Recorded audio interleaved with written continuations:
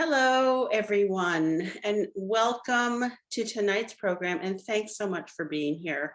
I'm Marcia Eli. I come to you from the Brooklyn Public Library's Center for Brooklyn History, and BPL presents the library's arts and culture team.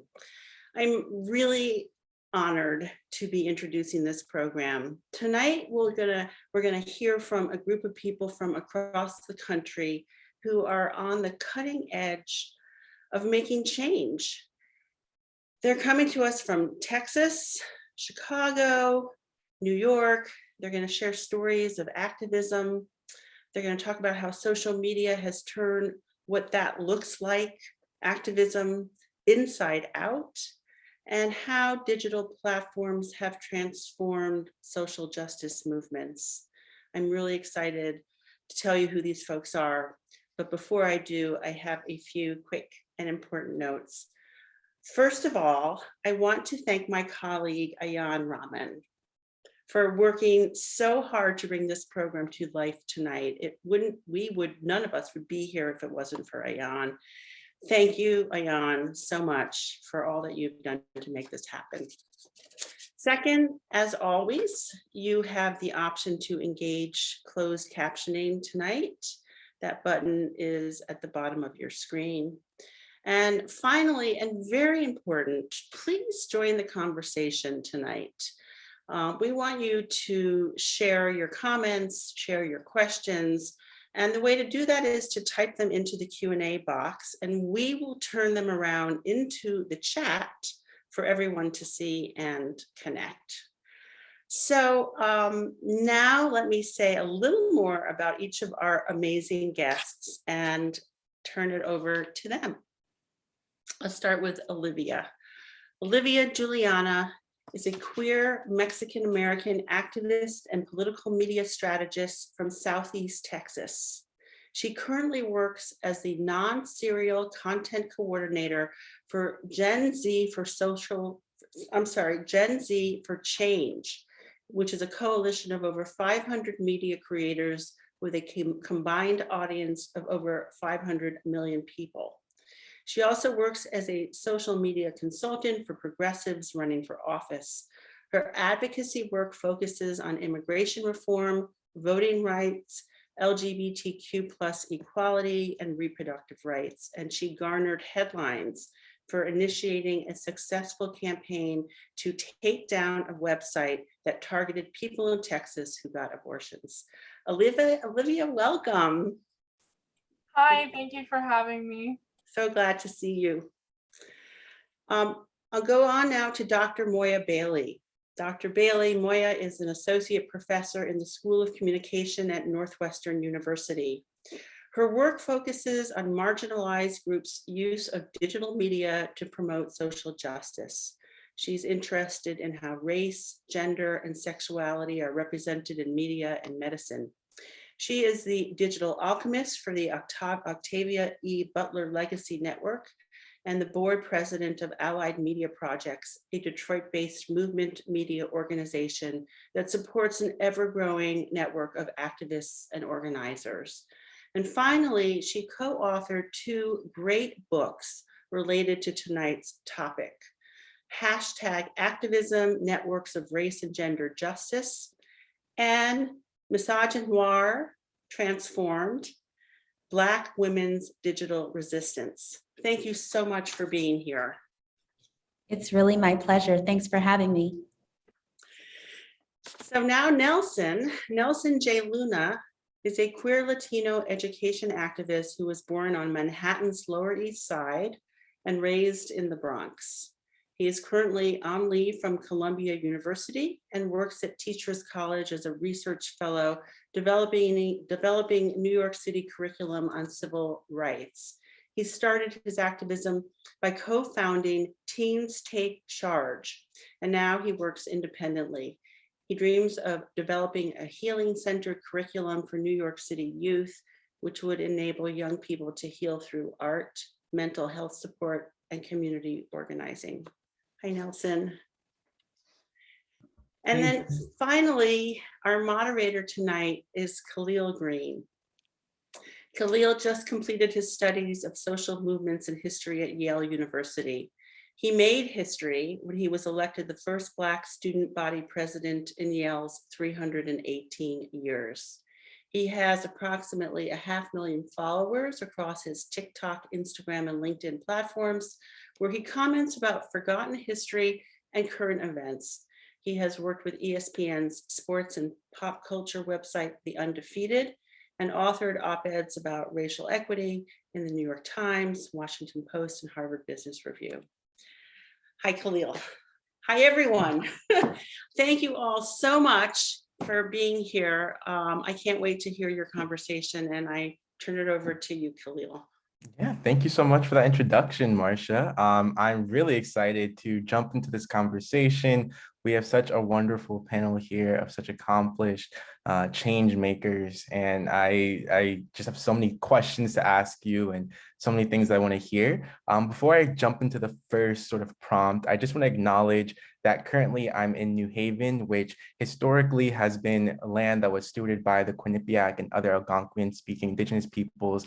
And as you all know, the Brooklyn Public Library is in Brooklyn, and Brooklyn for 10,000 years was stewarded by the Lenape Indigenous people. So I just want to start off with that quick land acknowledgement. And then I want to reiterate as well for the panelists, don't hesitate to jump in. There's going to be a fun, non-traditional panel, more so a discussion. I'm going to start using that word from now on, where we jump into so many really fun and engaging topics. So all of that said, I'm going to pose our first question / prompt to all of you. And that is, what was the moment, whether it be an issue or an opportunity, that activated your activism, that got you to want to be an activist or to study activism and learn about it and write about it? And anyone who wants to answer, feel free to just jump in.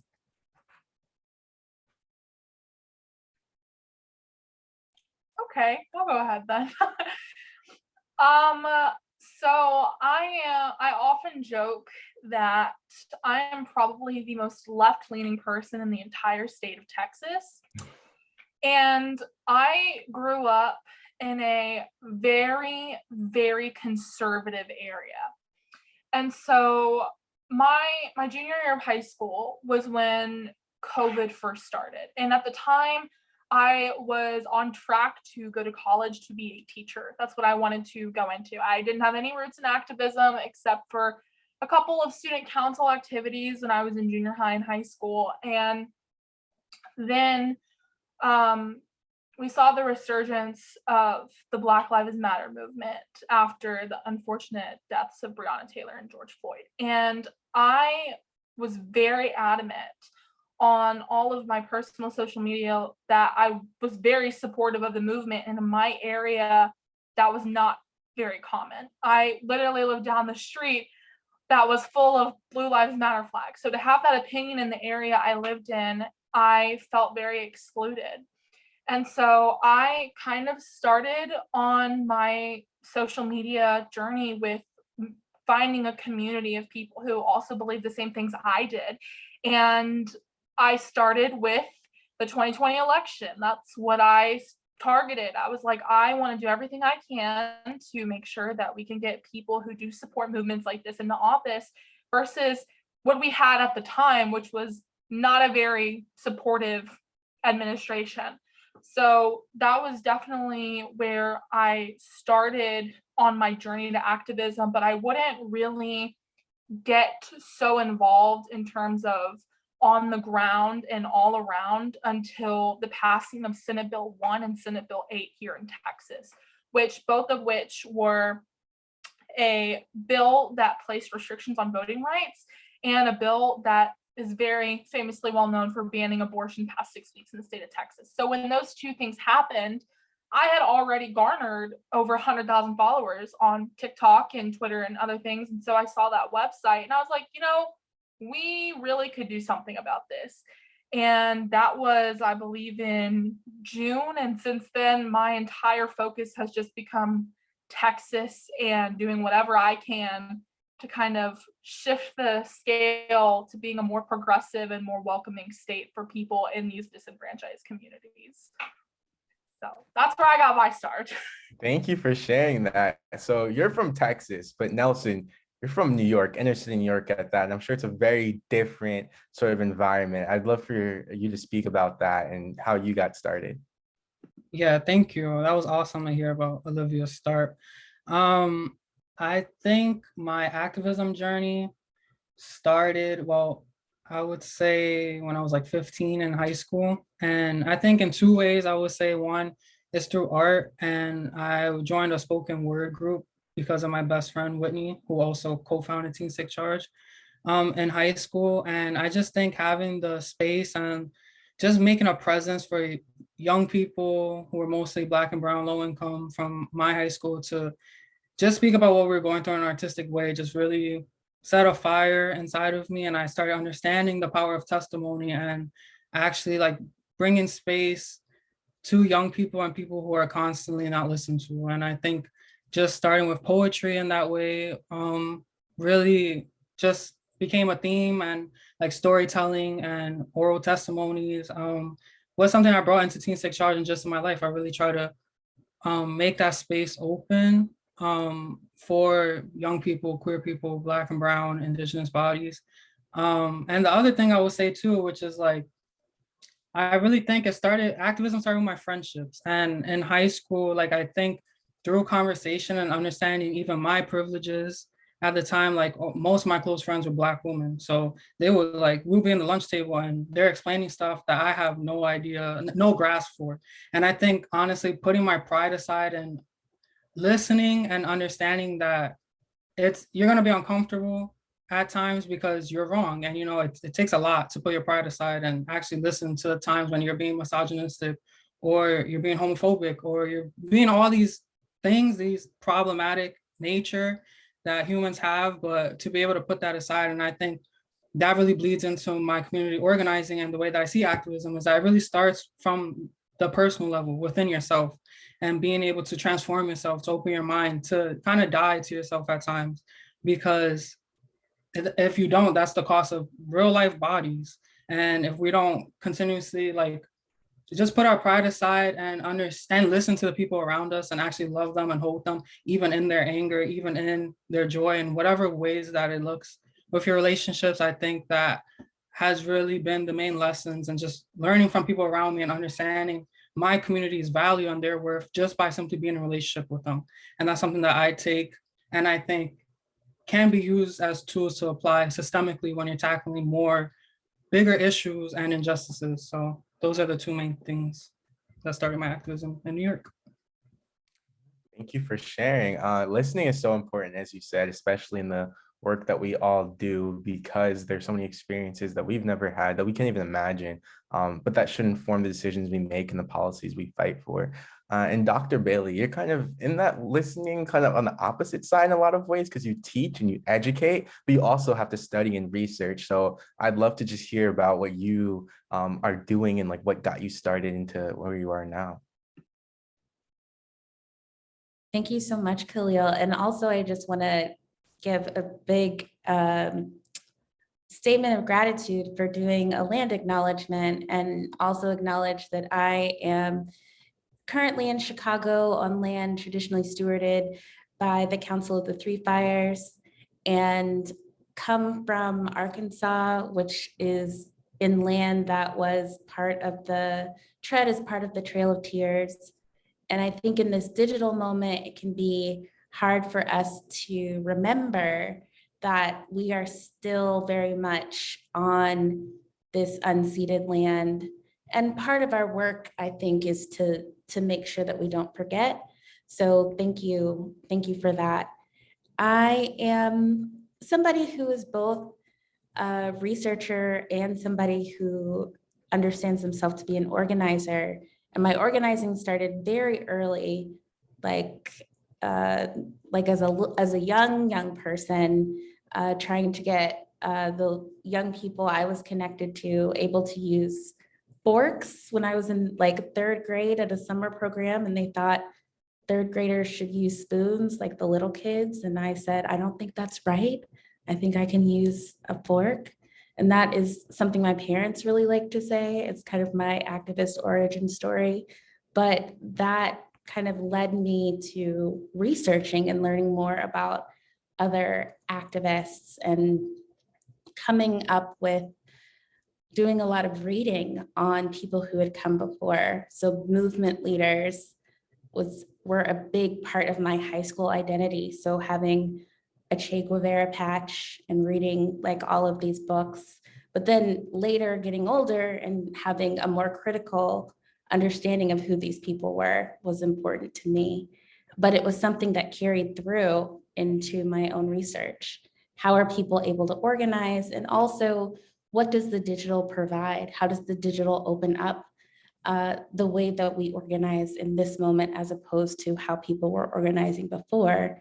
And what's so beautiful about the stories of Olivia and Nelson is that we see the organizing of young people connected to community and connected to the people around them. And I think that history is so important. One of the things that has happened and that people forget is that young people have been the leaders of most, if not all, of our social justice movements. So it's not a surprise to me or to people who study this that young people have been able to change and use the digital to create the world that they want and challenge and move us in a new direction.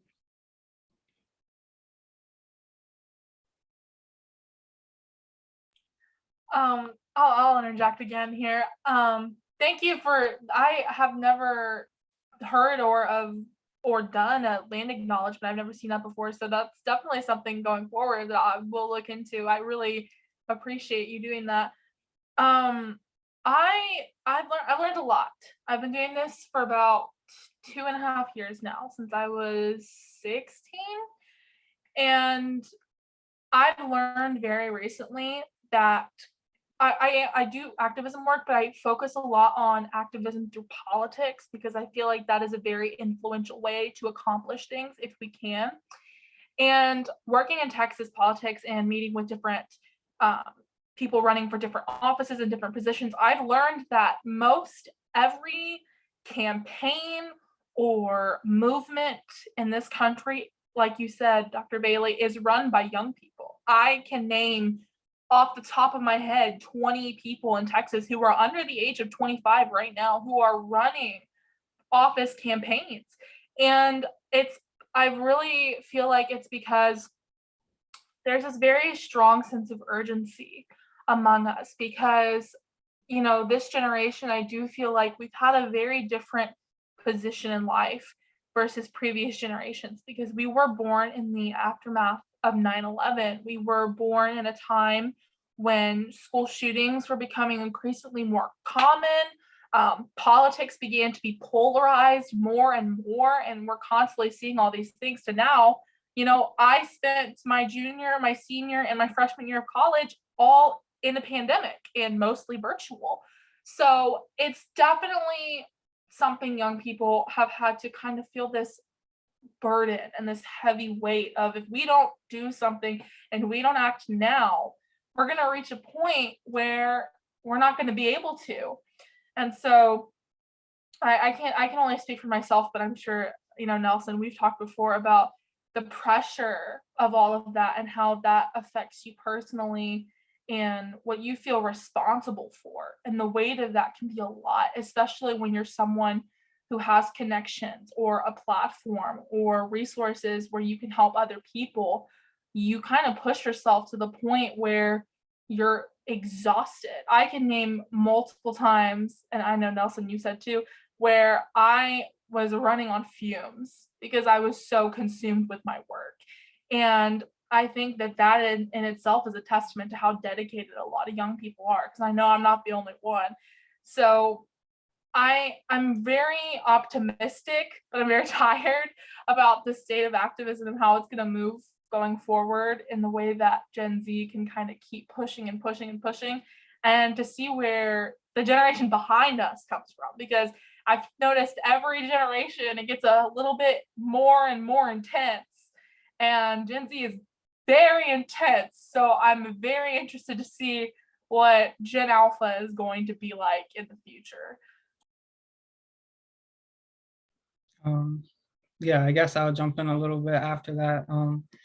Yeah, I think just especially in the terms of like young people and activism, a lot that I think about that Olivia spoke about is just our kind of humanity. And I think especially in the digital age, I think it's it's harder to humanize somebody through a screen too. And you're seeing somebody whose face you see all the time, somebody like Khalil, Olivia, all these young people who are just like constantly showing up on your feed. And I think at times we forget to humanize them and understand that while it is beautiful, it's kind of a beautiful tragedy, because if this world was a really healing centered place, it wouldn't be on the way of young people, of kids at times, youth, to bring this kind of change. And that's something that I really carry deeply. And although I am only 21, I've been a mentor figure and a lot of times the oldest in the room with my mentees, especially at Teens Take Charge. And when I used to be a part of the organization, I've worked with so much young people, and I constantly remind them that you are a human and you are activists. You get to be a kid, you get to be happy, you get to have this space. And I think that's something, a main thing that I take that is just coming up for me in this conversation, and I think it's important for all of us to see, is that we have different capacities, and how are we also humanizing and seeing that the weight and the struggle that it is to be a young person who's an activist. And I've been in countless burnouts, even though I'm only 21. And that has been due to the fact that people have seen me as invincible and couldn't hold both my suffering and my trauma as a first generation queer, low income kid from the Bronx, with alongside of being featured in Times Magazine and like all these other things. So I think that's something that I constantly try to bring into the space when we talk about young people and activism. Yeah, I think that's such a great point. There was one time, it was actually like a few days, I want to say 4 days after I was elected as Yale's first Black student body president, a Yale police officer shot an unarmed Black woman who lived in New Haven, and her boyfriend. Luckily, she survived, so she's alive. But at the time that it happened, she was in the hospital, and we organized, we being like a mixture of community members and some staff members and faculty, students, myself having been student body president at the time, just like a really huge protest that same night that started, or was scheduled to start at 5, probably started at like 6, just from everyone coming together and putting the flyers out. But it was so much, like the highest turnout of anything I've ever seen. And then we protested, walking around the streets, like chanting, drumming, like all the things until maybe 2 a.m. And then the next day there was another protest in another city where the other department was, right? So like just like there's physical exhaustion to a lot of activism. And then there's just like the mental exhaustion and the emotional thing of trauma. There were people in New Haven who were giving testimonies about their times interacting with the police officers, and it was just like so sad and so brutal to hear. I think it does also work to remind people of why it's so important, because I think activism and diversity and advocacy have kind of been jumbled into this one sort of bucket that either corporate America or TV just kind of can put out at any time, not realizing that it is a very tense, brutal, exhausting thing, and that throughout most of history, especially American history, it's come with people laying down their lives, and getting hurt and putting their bodies on the line. And it's not as pretty as it might seem in a post-George Floyd world where people can put it in any sort of realm and talk about it. So that's just one perspective that I have. And I'm curious to hear like what you've seen in terms of trends, Dr. Bailey. Yeah, well, something that I think a lot of movement leaders struggle with is that sense of exhaustion, and the sense that you have the weight of the world on your shoulders. So something Nelson was saying that I think is really important is to think about relationships so that you don't have to do it all your own. It's something that is really important for us to consider, that when you feel like you're isolated and like you're doing all of this organizing by yourself, you can get depleted and it leads to burnout. So something I really admire about Generation Z is that there seems to be more of a conscious effort to think about self-care, to think about community care and what that might look like So even as self-care, I think sometimes gets a bad rap because it can be seen as very selfish.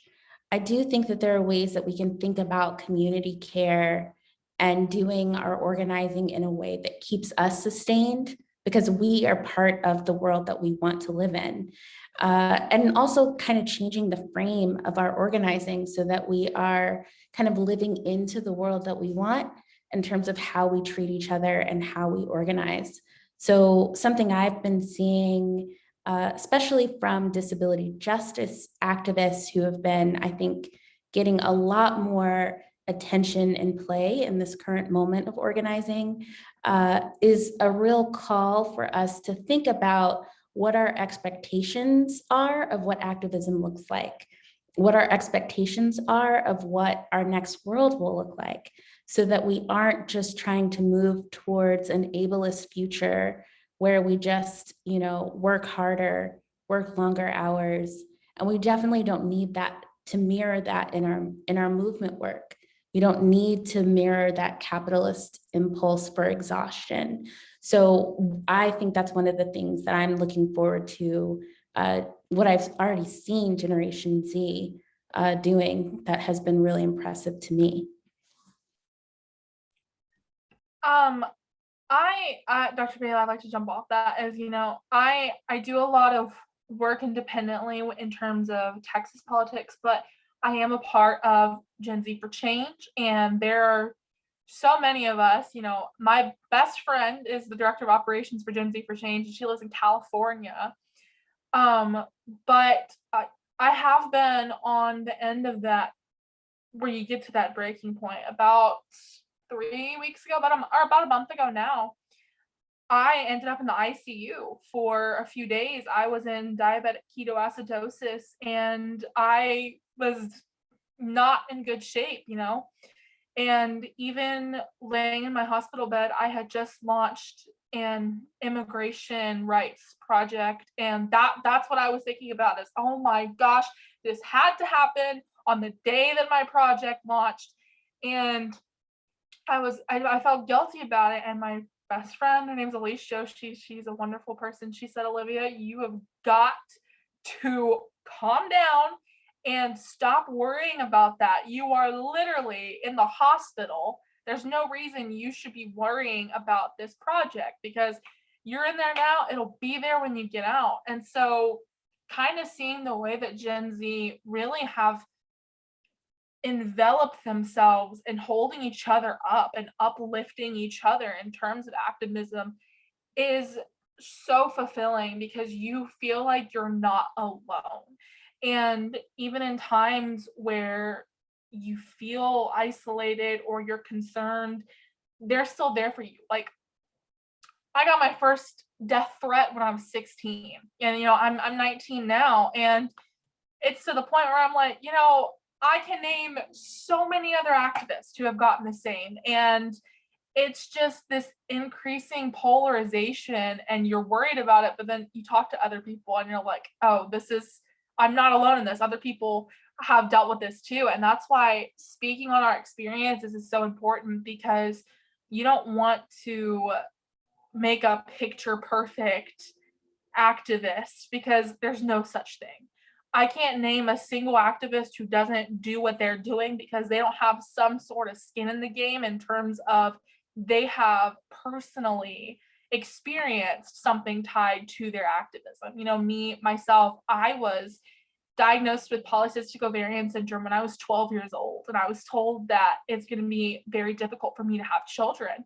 And so when this Texas abortion ban happened, and I saw all of these people talking about reproductive justice, that hit close to home, because I know that there are people out there who don't have the bodily autonomy they should have, especially in the disabled community, because of how ableist our society is, like you said. And so that's why I really pushed for that. And so panels and conversations like this really ground me in remembering that, like you said, Nelson, we are people behind these screens. And so those views and followers, it's not just little numbers, it's humans who have their own individual experiences and their own pasts and trauma. And so I'm I'm eternally grateful to be part of a generation that is so focused on mental health and kind of building each other up, because it gets rough out here. It really does. Yeah. Oh, Khalil, please.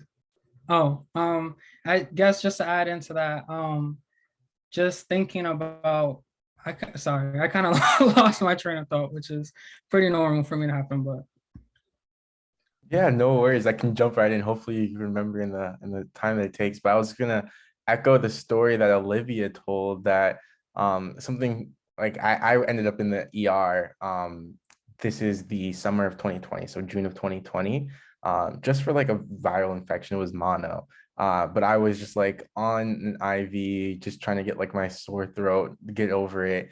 And at the same time, like the student government, we were running a fundraiser to raise money for Black Lives Matter, and more locally, more local like bail funds, like the Connecticut Bail Fund, in the wake of the George Floyd shooting. And it was just like a really hard thing for me to let it go and like sort of let the logistics be handled by someone else, and the phone calls to alumni that I was doing all day for someone else to take over that. And I think, at least in my perspective, like I had been in a lot of circumstances, especially in college, where you're in a very traditional, like hierarchical organization, whether it be student government for me.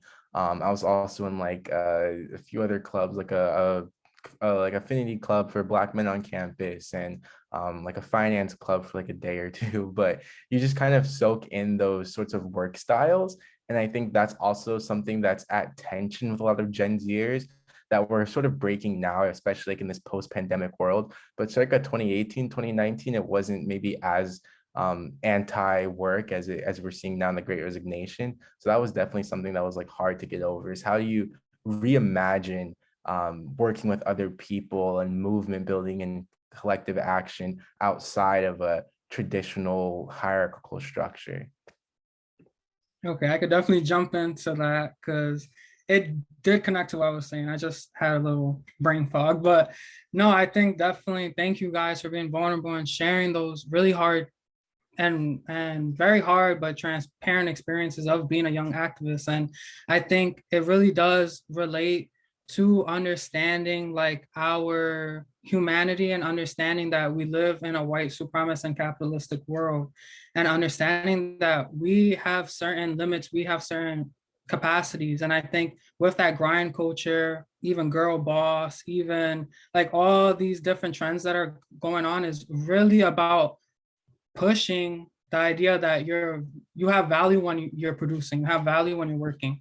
And that is white supremacy, that is capitalism, is that your worth and your value truly only comes from when you are producing, not when just because you exist. And I think that has been a big shift and a big understanding that I've gotten from, like other activists and theorists and philosophers from our communities. And I think especially with like, I've read Emergent Strategy by Adrienne Marie Brown, and understanding like it's just a shift. And I think one of the most beautiful things that she wrote about is understanding the shift from like what do we value as society as powerful and as like in nature, even especially. And we look at like the lions, the king of the jungle. And it's like right now lions are about to be extinct. And it's like, and she's like putting the shift to understanding that why are we not talking about dandelions? Why are we not talking about mushrooms? And just like kind of talking about that shift from like, how do we understand power? Because dandelions can thrive anywhere. They come as a community, they can build community in and from anything. And she speaks about that a lot. And I think even fungus and how fungus and mushrooms and how they just like take what is toxic and thrive and create like long lasting and just like that kind of like community and that resilience. And I think when you're in this work, you learn really what you are going to be forced to learn, regardless of like how long you've been in this work, is understanding that these struggles are going to live long past us. And how are we building resilient and healthy work? And that's slow work. That's not fast work. That's not capitalism. That's not this grind culture that's really pressed by white supremacy. And I think that is something I had to learn personally. And in light of you guys opening that vulnerability, I want to bring that into the space too. It's like I have had to take leave from Columbia because I experienced chronic fatigue and chronic pain. So I was like sleeping like 18 hours a day and I'm not producing. So what does that mean? I get the boot. I can't be in college.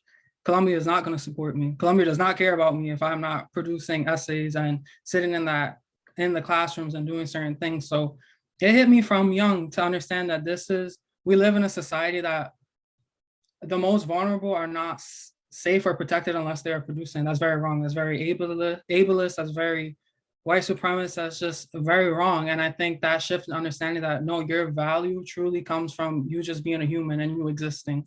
And that is what I'm pushing. And I see more and that's the thing that's beautiful about Gen Z and like the younger generation is that, we're taking on the lessons and the legacies of the generations older than us and our ancestors before us, and recognizing that you didn't create the wheel and you don't want to recreate the wheel. You're actually getting a torch that's been handed from the generations before you. And that is something that I especially love and I want, and I do acknowledge that, is that Gen Z and all these young people are not the ones who just got it from nowhere. It's like, this has been a long fight that has existed before us and will exist after us.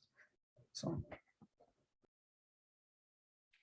Yeah, Nelson, I feel that in my heart, and you're right about the capitalistic society and the image that we're supposed to live up to. If you're not producing, you're not valuable. And as somebody who has made it very clear that my intentions for the future is I do want to run for office. I want to be a voice for the people. The expectations that have been placed upon me, and I'm sure as other activists you can feel that too, is okay, if you're going to do that, if you're going to have a voice in the space, you need to go to an Ivy League college, you need to look a certain way, you need to dress a certain way.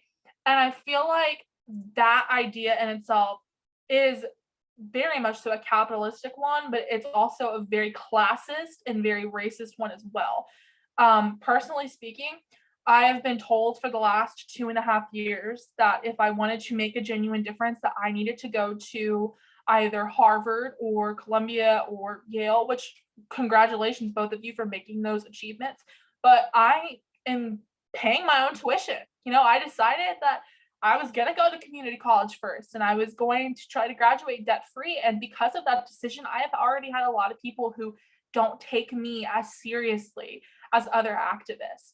And I think that that is something that this generation has slowly started to turn away from, is because those aren't expectations that we're setting for each other. Those are expectations that other people and generations above us have set for us. And so breaking that mold and showing that your value doesn't come from whether or not you were born into financial privilege, where you were born at, it's about who you are, what you believe in, and how you can use your experiences to help other people. So I felt that in my heart about you taking a leave of absence from school, is because I didn't want to go straight to college, to a 4-year university. I wasn't ready. I wasn't financially ready. I wasn't emotionally ready. And you know what? Thank God I did it, because if I had, I would be paying full tuition prices in a pandemic where I would have probably had to have taken leave anyways because I got sick. So I really felt that. So I just thank you for sharing that. Yeah, thank you for sharing those experiences. And that's very wise. And I think it takes a lot of high schoolers who then go into college to 4 years, if not longer, to realize that it's not all that it's sold to you. Like, all that glitters really isn't gold in a lot of ways. We've been talking a lot about work. Really quickly, I just want to interject. And once again, there's some Q&As that are coming in. One asked, Nelson, if you could just put the book that you were talking about in the chat, that would be amazing.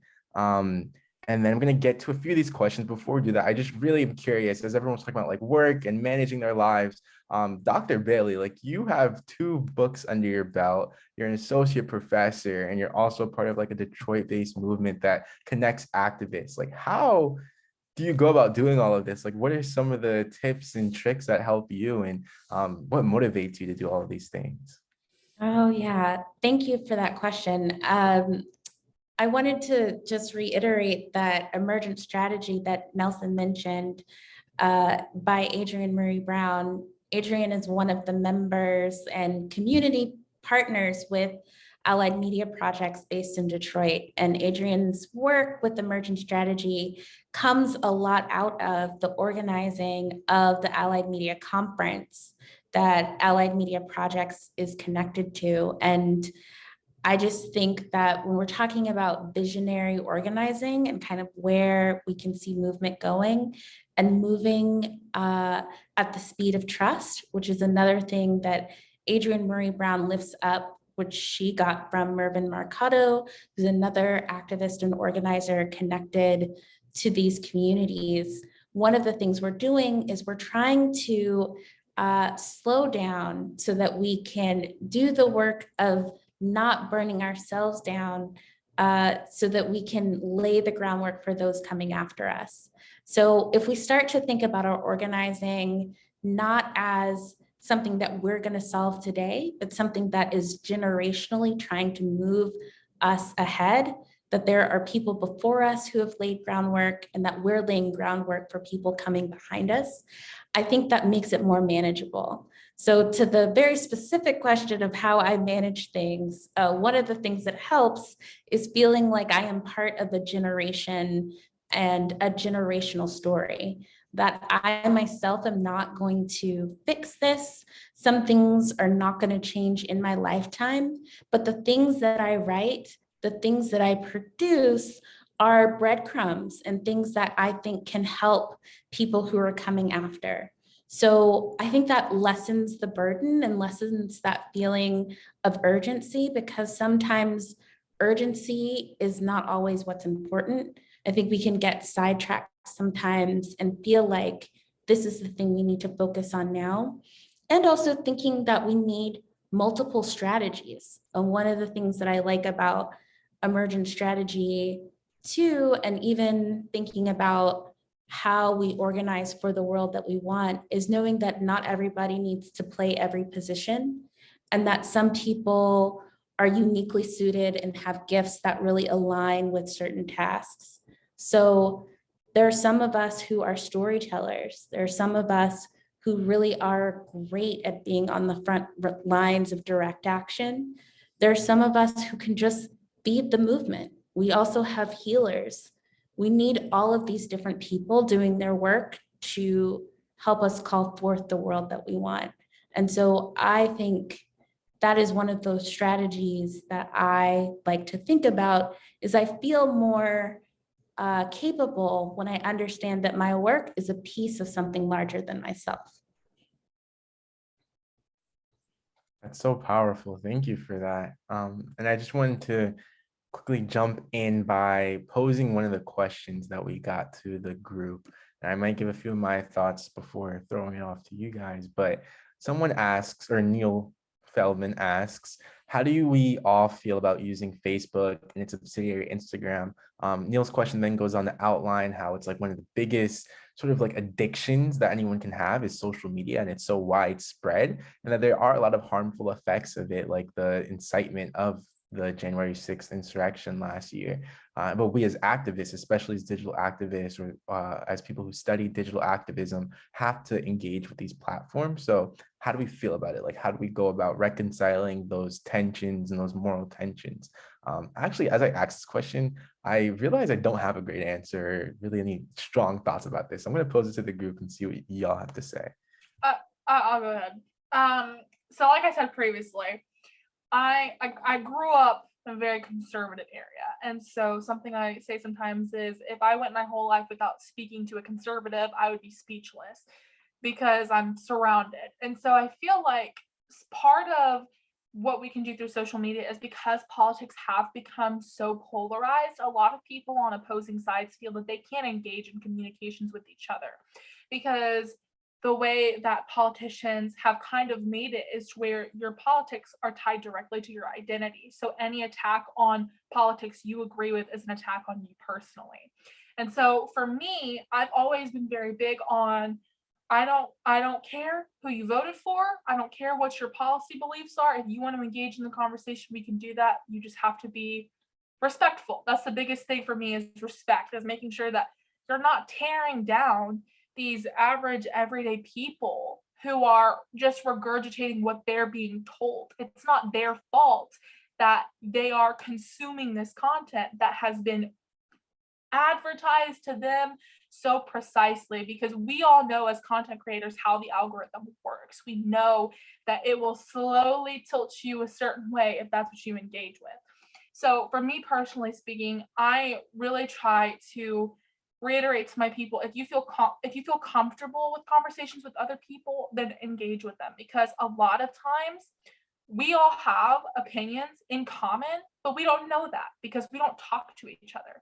And so I would just say social media can be very harmful.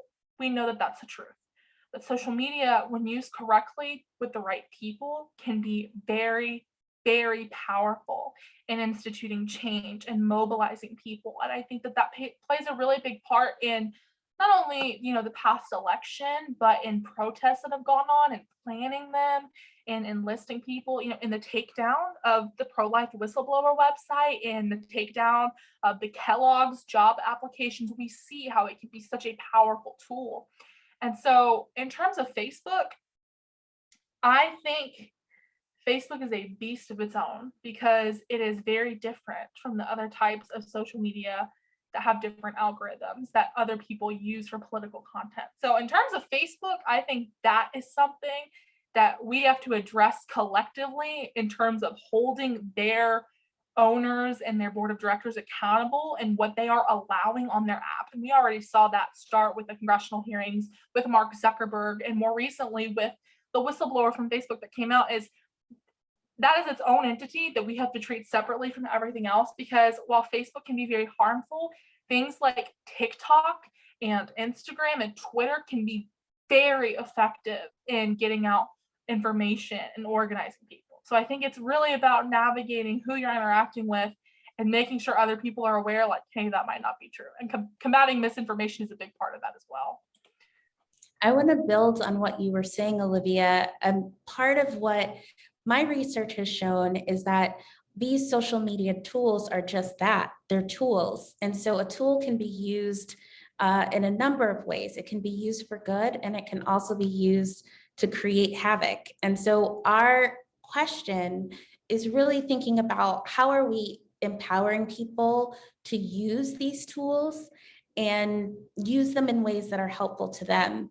And one thing that needs to happen that is currently not happening in K through 12 education is helping young people get access to the skills to go a bit behind the curtain on some of these social media platforms, giving people the tools to understand the algorithm or to design in a different way so that you can see how this is manufactured, and really doing that work that Olivia mentioned of targeting ads that are this micro targeting that is designed specifically to make sure that you buy whatever product or that you believe whatever thing that the algorithm is sort of guiding you towards. That is a really important conversation that we need to be having in classrooms. And unfortunately, there are a lot of people in generations above mine, I'd say, that don't have the skill or understanding to do that kind of work to help young people understand, because they don't understand themselves. Another piece of those Mark Zuckerberg, Senate conversations that was so sad was listening to these senators try to make sense of Facebook and really struggling to even understand what is such, to us, a basic technology. So I think that there has to be more emphasis at the level of K through 12 education on helping people understand that there is always a bias in the algorithm. There's always a bias in the tech. Teaching people how to read that and seeing how that works is going to be critical for people to have a more complicated and nuanced relationship with the tool. And Nelson, I know you develop curriculums for young people, maybe not necessarily like focused towards technology, but they are centered around like healing and wellness. And I'm wondering, like, how has that been impactful from your eyes and your perspective in training young people from an early age to realize that some things in the world, whether it be like oppression or technology, are out there and that can harm you, but here are like the steps that you can take to heal yourself. Yeah, I love that question. Thank you so much for that. I think like just as we're speaking, something that comes up for me in my own personal life is boundaries. And as a human, understanding that this is a wave and concentration of information that you get stimulated from. And I am not on social media right now. I was for a long time. I have gotten off of it and I'm taking my own personal cleanse. And I think understanding boundaries is going to be so key and crucial in this time to protect ourselves, to understand that being in silence is so critical, and just pausing and breathing is so critical to your health. And that's something that I am pushing and I have been pushing every time I'm educating and speaking about holistic, healing centered education that, you know, stems from Adrienne Maree Brown to Ella Baker to Bell Hooks, like, and these are people who really push for educating and teaching to teach the soul and of a person. And yeah, that's something that I think a lot about in just in my dreams and my life, and the curriculum I want to teach and am currently developing is understanding mental health in this and the humanity, the humanizing. Like where is your humanity when you're constantly on all these social media apps getting constantly stimulated? And I think it is beautiful, and it's what Dr. Moya Bailey put so well as a tool. And I have seen it in a similar way. It's information. And what are you going to do with that information? You can use it for the good, you can use it for the bad. But then again, it's always going to have that bias because we live in a white supremacist, racist, anti-Black society. So you even see that in the internet from digital archives and archives, period. That's like the collection of history and information.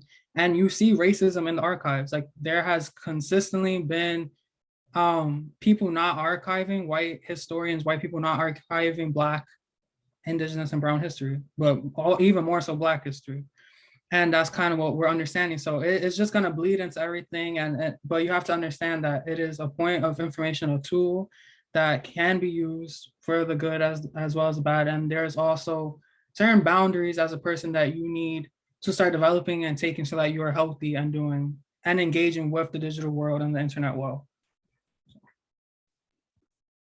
And there's a comment slash question from Lynn who says, yes, Nelson, I work in politics in 2020 and now.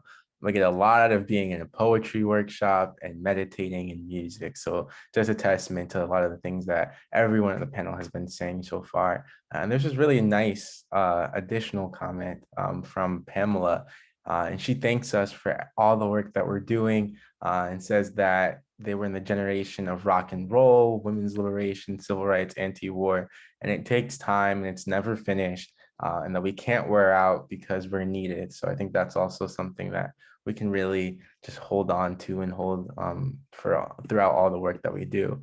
And yeah, go ahead, Dr. Bailey. Yeah, there's also something from Neil about email that I just wanted to lift up. Neil is talking about email as a possible alternative. And I just want to say email also is fraught.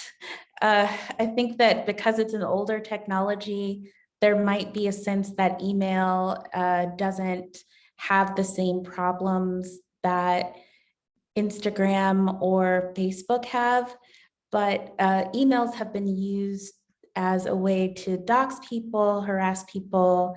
We're talking about death threats. Some of my first death threats came through both snail mail and email.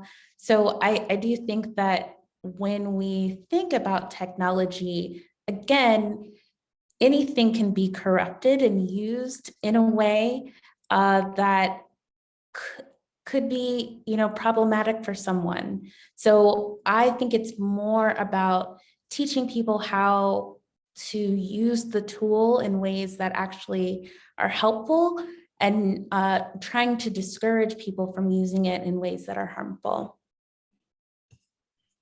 One of the kind of worst instances that I've had in my social media journey was someone sending me probably like a 2,000 word email after a video I made about Elvis and the appropriation of Black culture, defending Elvis and saying that I didn't do my research and I was stupid and all these other things. So email has its own issues, as you were saying, every once in a while.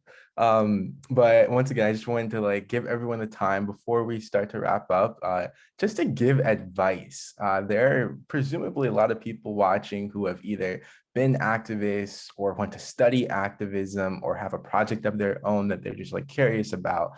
So from whatever perspective you're coming from, what is some advice to anyone who might want to do the work that you do, but in their own way, their own capacity? I would say diversify the people who you're listening to and the resources you're using to educate yourself on activism. Social media and following activists can be a great thing, but literature, reading books about activism, watching documentaries. I think for me, one of the first things that really opened my eyes in terms of activism was watching the documentary 13th on Netflix about Ronald Reagan and Richard Nixon and the war on drugs. So just really diversify what you're taking in, and also get involved locally with either your county or your local area's political chapters or nonprofits in your area, community gardens, food banks, things like that. If you don't have a community garden, start one. Do things locally. That's something that is pushed under the rug a lot in terms of activism. So there's just a lot of different ways that you can get involved online, both there and in your communities. That's my advice.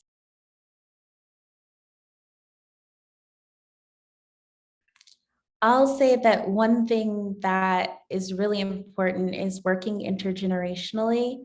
I feel like I learned so much. One of the reasons I love still being in college in some way now on this side of the desk is that I learned so much from young people, and that having an intergenerational community can really fortify your activism. Something poet Stacey Ann Chen said one time is that, young people have a sledgehammer and older folks sometimes have a scalpel. And sometimes you need a sledgehammer. Sometimes you need that. And sometimes you need a scalpel. Sometimes you need to be a little bit more delicate and nuanced. But that is something that we do together. Both of those tools, right, can be used together and at different times. So I am all for organizing and activism that is intergenerational. And capitalism, I think, has done a really good job of making it hard for us to be in intergenerational space together in this moment. There's so many ways that we're not able to do that in the same way that we used to. So resisting that to the degree that you can, I think, is really important. Yeah, I love these last bits of advice. I would say a main thing is live your activism. Like, don't be performative. Like, truly transform by the text you're reading. But not even that. It's like understand the value and the potential that is in the people around you. Like, my journey, my activism, my power, my transformation comes from truly listening to the people around me and investing in them, and understanding that every single person from my community who is poor, low income, Black, brown, whatever, like, they have the potential just through their experiences and being alive to transform our worlds and our lives. So, I really think living your activism, really seeing the worth and value of community and the people around you. I would push Black and brown and indigenous activists to understand that a healed person heals. So really center your healing, prioritize yourself, set those boundaries, do not burn out, and understand that you can do and burn out and do all these things, but if you're not healed, you're not doing a service to anybody in the world or yourself. And I would just truly push that to you. And yeah, because I had to learn that, and I think a lot of us learn that the hard way.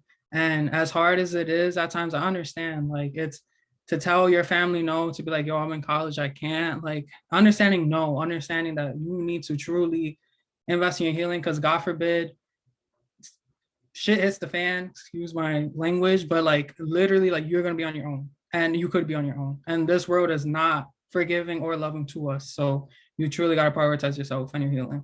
So Nelson, I just want to back off that one more time. Something you said about self-reflection. This is something I always forget to bring up as the most important thing. I feel is intersectionality is so important, because you need to be looking through, you need to look at every issue through multiple different lenses. Like we talked about previously about looking and listening to disability advocates right now, because that's something that while dealing with the pandemic, not a lot of people took into consideration. So when you're looking at an issue that's concerning activism, are you looking at it through a lens of anti-racism and anti-sexism and anti-homophobia, and understanding that there's nuance and intersectionality to every issue that activists face? You're not fighting for just one specific community, you're fighting for all of the communities when you do this kind of work. So that is probably a very big piece of advice I feel like really needs to be hammered home, is making sure that you're practicing intersectionality in your advocacy work. Well, thank you for that. I guess I can share one quick piece of advice. And that is, as someone who loves history and research, just to always continue to be a lifelong learner, because everyone comes into situations with certain perspectives or biases or ways of understanding, as Olivia was just talking about, like only certain lenses that you might look at things from, but always opening yourself up to listening and learning is something that will just never hurt you.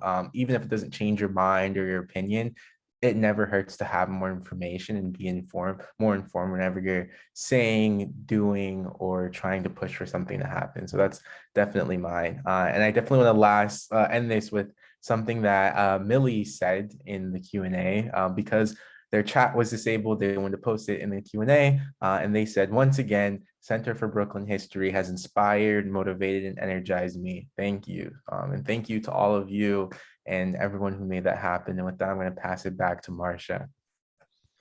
Wow, and thank you for so much. I mean, for your candid sharing tonight, but really for your courageous work and leadership, and that's what it takes. And I have to put in the chat for everybody this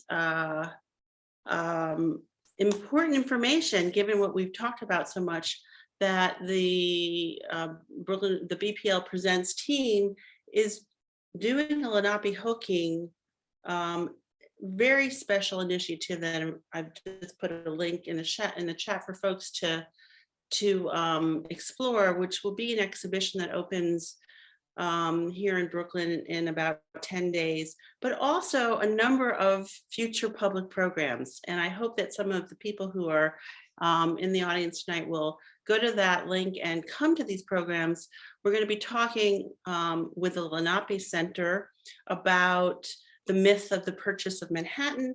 We're going to be talking about the crisis of missing and murdered Indigenous women and people. We're going to be talking about the forced migrations, the history of forced migrations, and a lot of other things. So I encourage everyone to come to more of our programs. We have Imani Perry coming in about a couple of weeks. We have a conversation about the other history that has been underexplored, the history of the Clotilda, which is the last known slave ship that was discovered off the coast of Alabama not that long ago.